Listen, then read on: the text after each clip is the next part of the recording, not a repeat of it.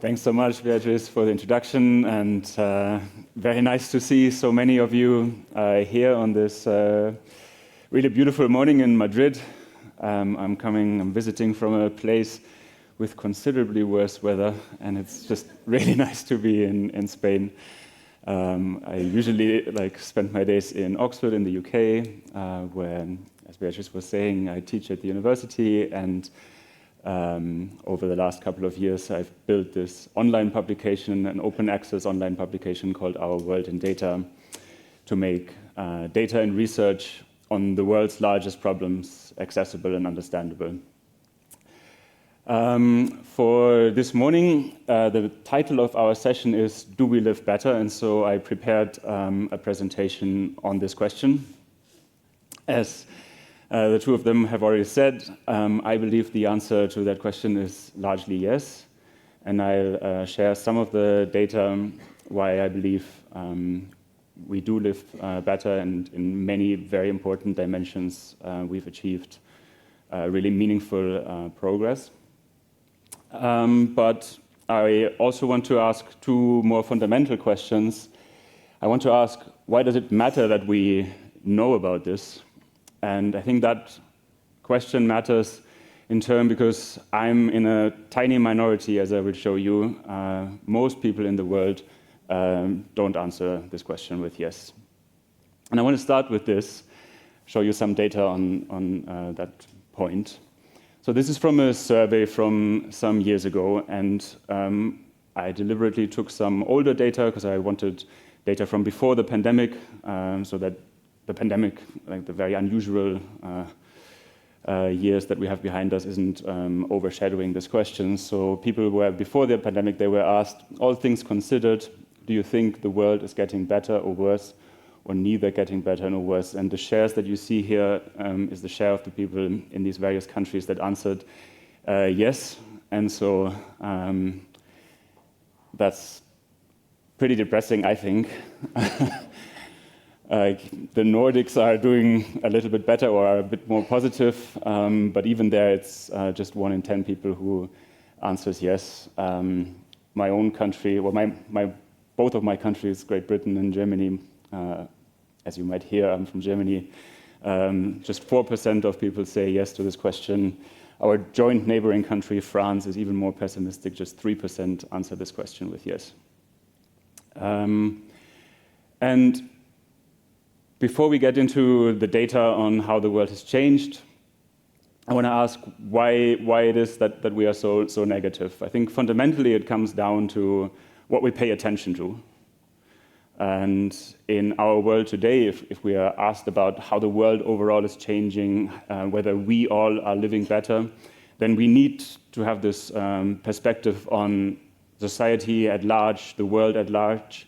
And the picture that we have about the world at large is a picture that's largely coming to us through media.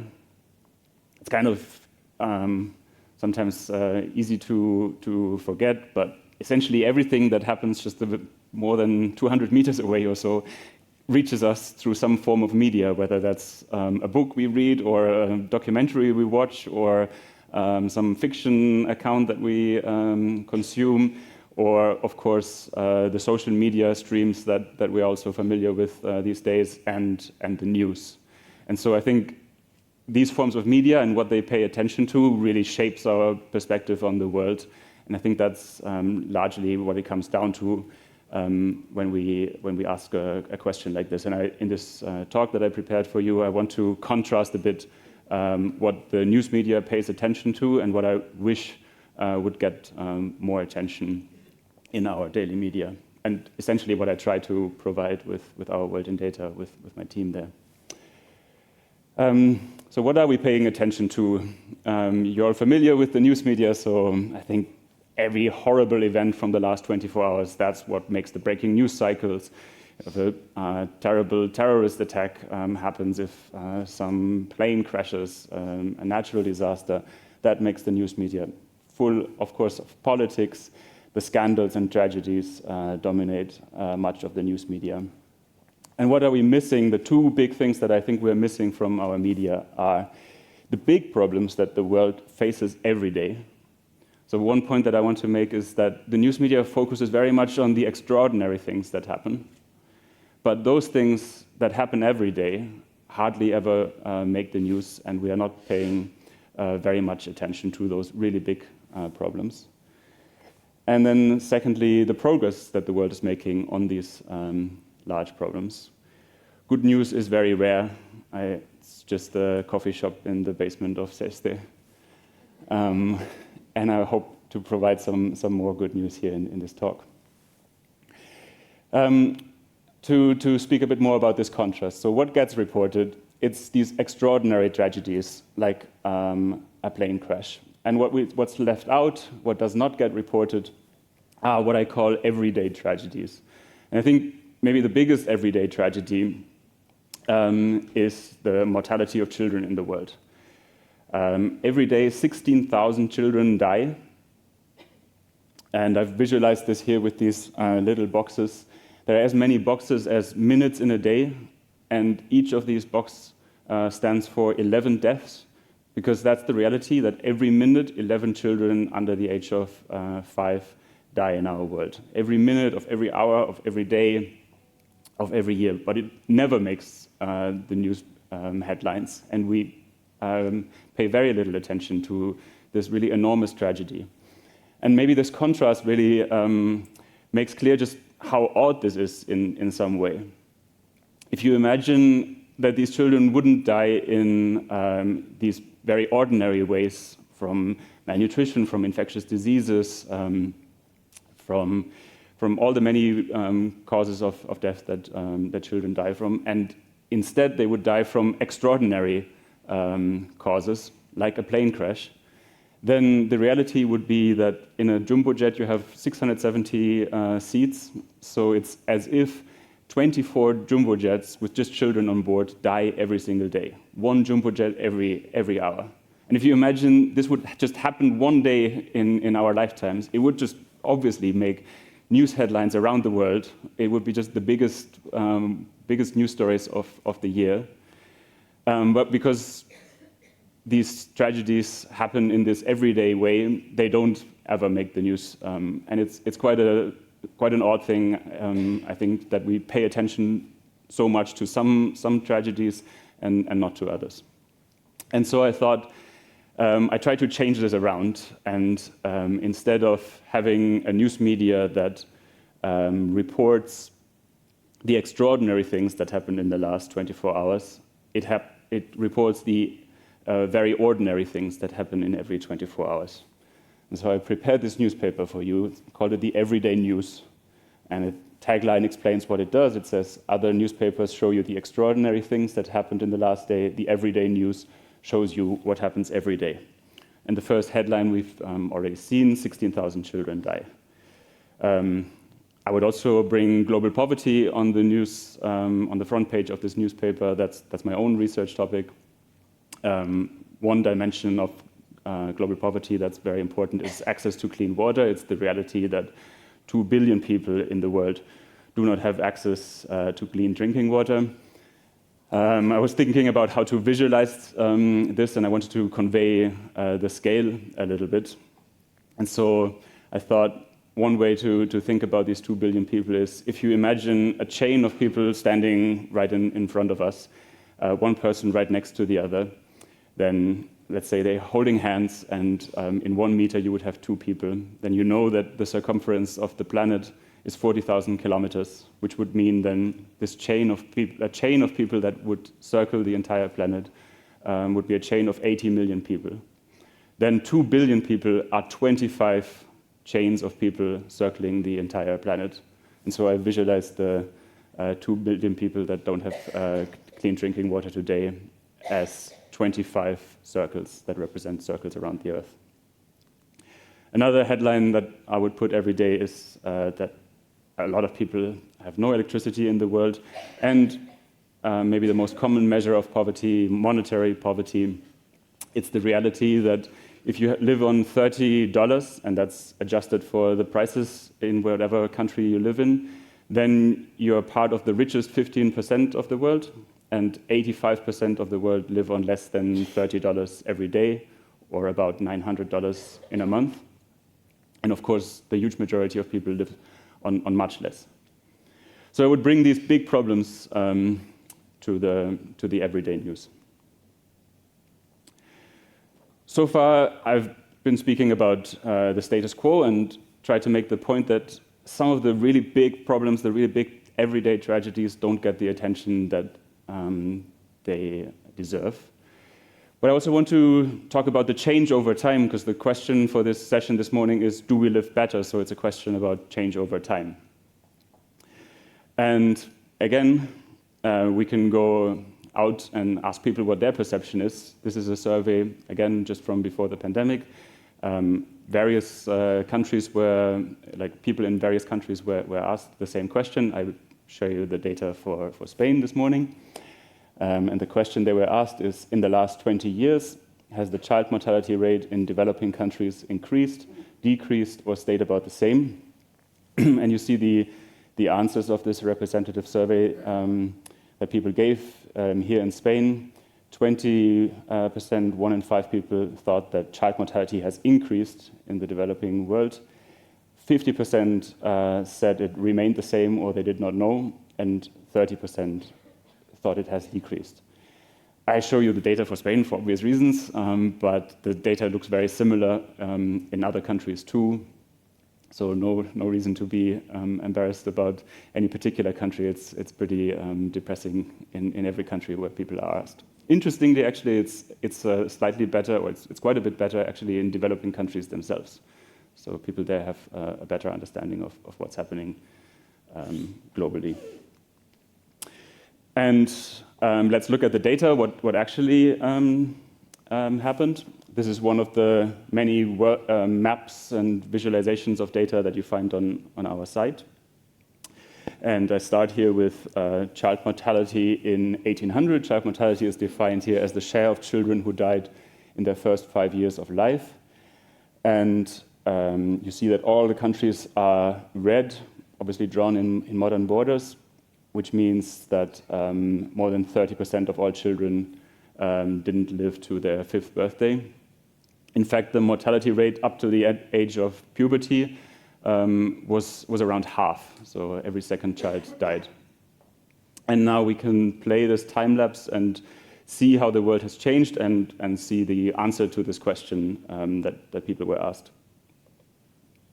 You see in the 19th century, some countries in Europe are flickering to this shade of orange with mortality rates dropping down to 20 or 15%. Then Oceania, Canada, the US catching up. Then Latin America in the first half of the 20th century seeing big changes.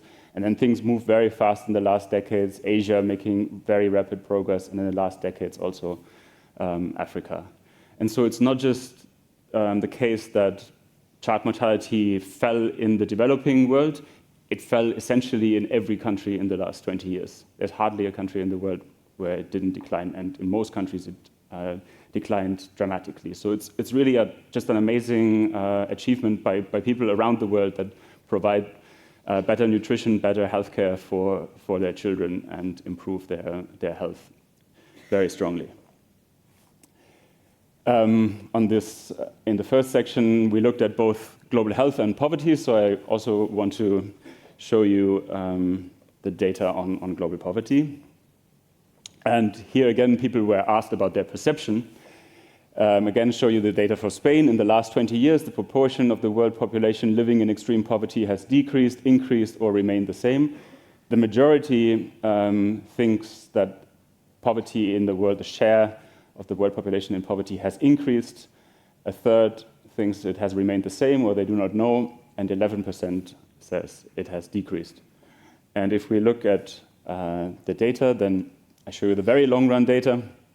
That's a reconstruction from an economic historian called Mikhail Moatsos.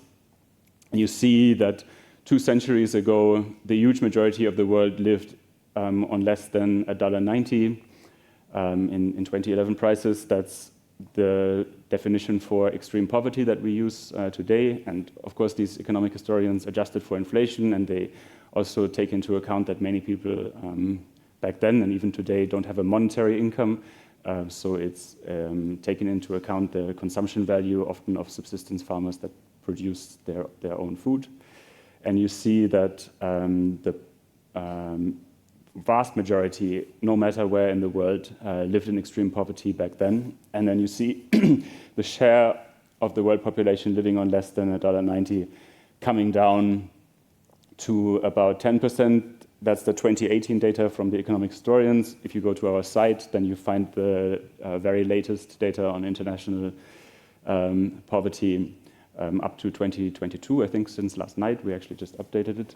And the development over the last 5 years or so is that because of the pandemic and the recession in many countries in the world, it basically stagnated there. It rose a little during the pandemic, and then it came down to about the same level. So almost every 10th person in the world still lives in extreme poverty.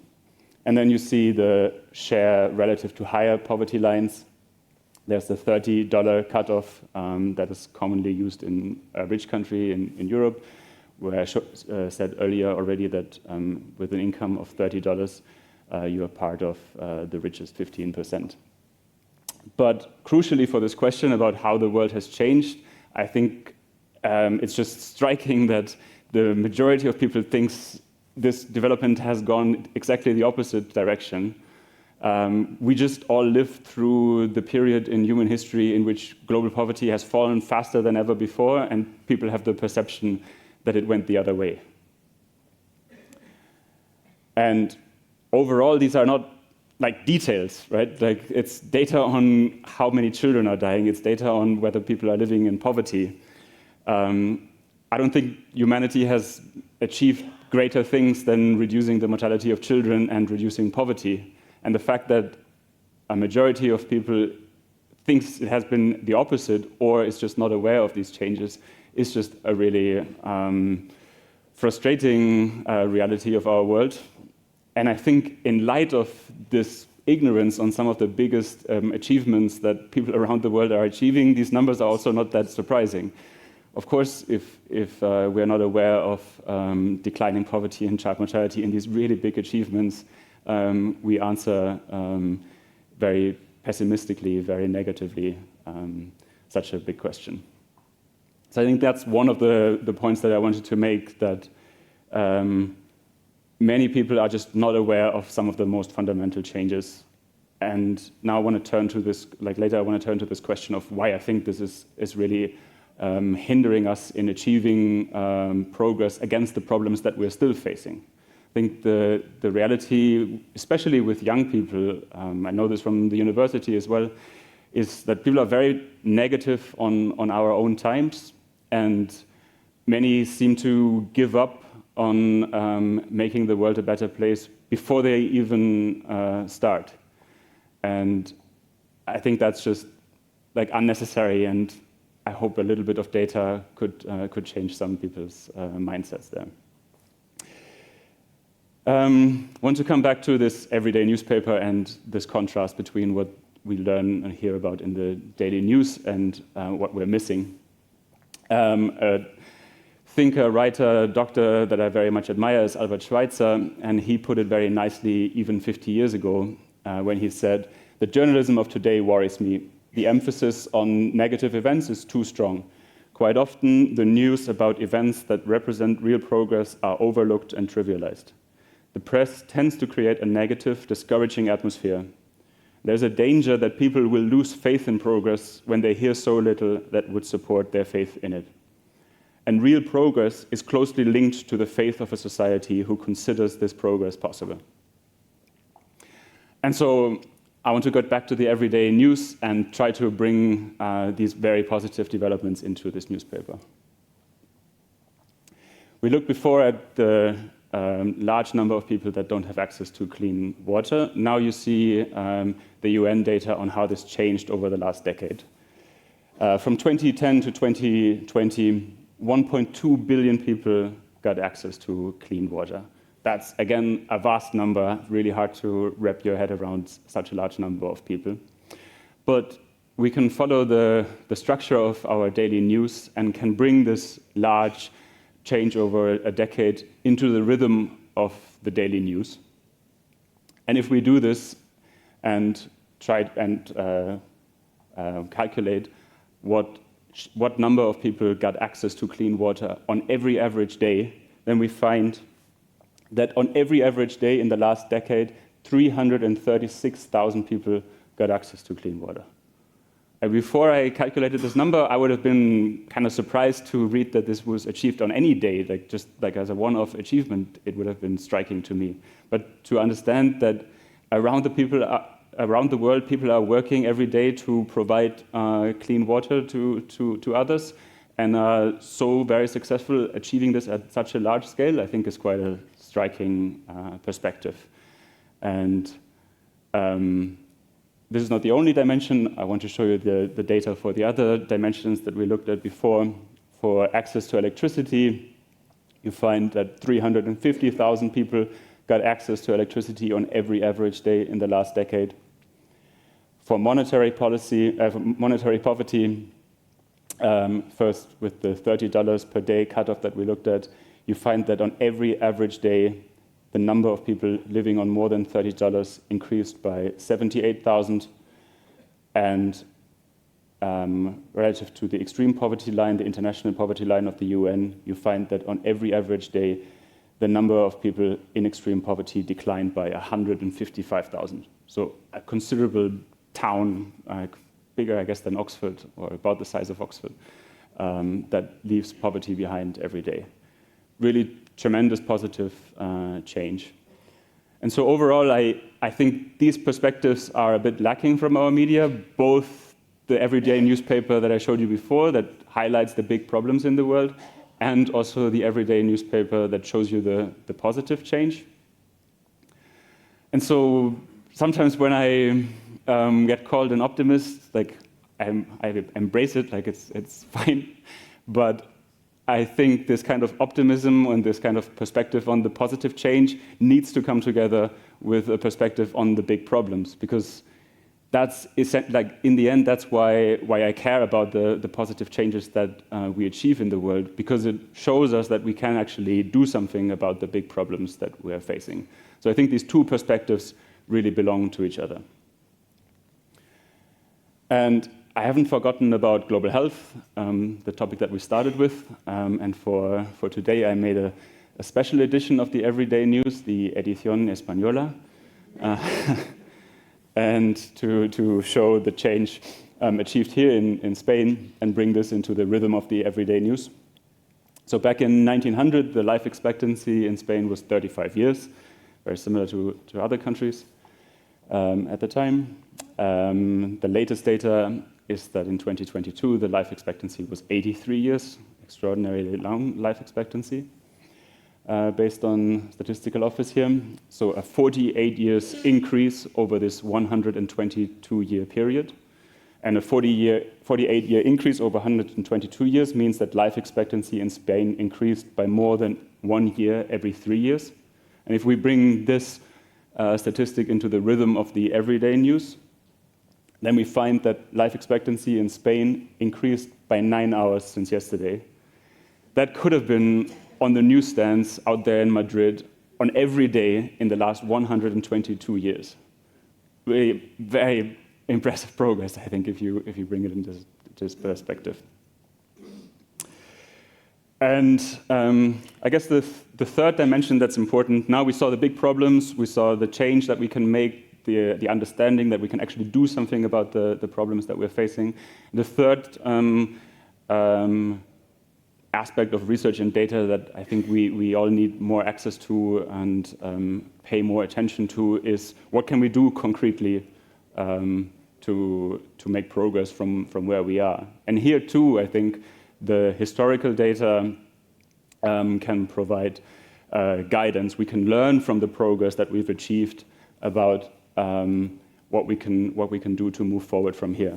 And just to show one example of that, one of the most dramatic improvements in global health was achieved against malaria. It's still a terrible disease that kills more than 1,000 children every day. But between the year 2000 and the year 2019, throughout many regions of Africa, the mortality from malaria came down dramatically. And the number one reason, there's a good study in Nature out, is that insecticide-treated bed nets were provided to people throughout Africa. And so children, families can sleep under these insecticide-treated bed nets and get protected from the mosquitoes that transmit malaria. And it's a relatively cheap intervention. So the best estimates here are that for about $5,500 invested in bed nets, you save on average one child's life. So it's one example where we can learn from the historical data about how to move forward from here. And with this, I'm coming towards the end, and I want to summarize a bit the perspective that I try to share with you this morning, and that we try to express also in our World in Data. So on one basic point is that the world is awful in many important aspects, and the optimism and the positive perspective on the world should not gloss over just how severe some of the problems are in the world. I think they actually belong together. That's the whole point that I'm basically trying to make. So the world is awful. 16,000 children die, 11 children every minute. But the world is also much better. The child mortality rate has declined from around 50% in the past to 4.4% in the latest data. And the world can be much better. One way in which we can see that the world can be much better is that we compare the global average with what is already achieved in the best off regions in the world. And so here I'm contrasting the 4.4 mortality rate in the world with the mortality rate in the European Union, the world region with the lowest child mortality rate, where the mortality rate is almost tenfold lower. And so we already know that what we can achieve from this perspective. And of course, there's also no reason that we cannot make progress here in the European Union. Childhood cancers are one reason. Of course, like many infectious diseases that kill children elsewhere, we've made very dramatic progress against in the last decades, but big, terrible diseases, for example, childhood cancers, remain. And we understand that we can make progress if we pay attention to it, if we make resources available, and if we understand that we can make the world a better place. And so it's really that all these three statements are true at the same time. The world is awful, the world is much better, and the world can be much better. And in these discussions of pessimism versus optimism, I think people often get hung up on one of these different points, and they just want to emphasize the awful problems we're facing, or just emphasize that things are getting better, and a lot of disagreement, I think, could be overcome by just everyone acknowledging that these things are true at the same time. And it's just a bit hard to maybe wrap your head around these, in some ways, maybe contradictory seeming statements, but that's the world we live in. It's contradictory in some ways, and it's, I think, a basic point that I wanted to bring across this morning, that the world is awful, the world is much better. All three statements are true at the same time. And really, you need to see that the world is awful and the world is much better to have this courage in belief that we can actually make progress from here. And if we just see one or the other, if we just see the problems and get overwhelmed and are not unaware of the progress we achieve, we give up before we even start. And if we just think that everything is getting better anyways and all the trends are pointing in the right direction, then we don't see that we actually have to get out of bed and have to actually seek a challenge out there in the world and try to make a difference on one of the problems that we can help to tackle. And in this final slide, I'm showing you some additional dimensions. In the talk, I was very much focused on global health and global poverty, but there's been positive change over the longer run in many important dimensions, also education, democracy. And so my final statement is, do we live better? Yes. And if we want to make progress against the problems we still have, it is important that more of us know it. and that we see surveys in a couple of years where it's not as depressing as these surveys that I showed you, and more people understand the positive changes we achieve, and more people have a bit more of a positive view on our own times. In the end, we are basically the strongest team that ever lived on this planet. We are richer than before, we are healthier than before, we are better educated than before, and so we should really be at a moment where we put up our sleeves and get to work and tackle the big problems that we're still facing today. Thank you very much.